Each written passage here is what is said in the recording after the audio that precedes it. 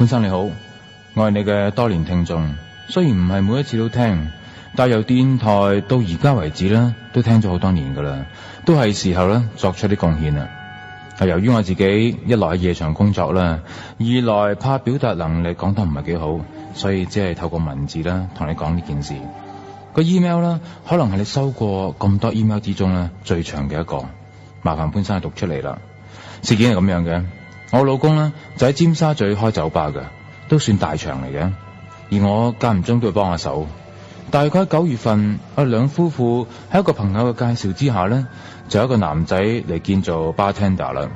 嗱，呢個男仔咧，話說佢本來都係其他酒吧做嘅，但啱啱咧死咗老婆，想轉下工作環境，於是喺熟人介紹之下，咁加上我哋等人用啦，決定係請佢啦。呢個男仔嚟咗工作之後，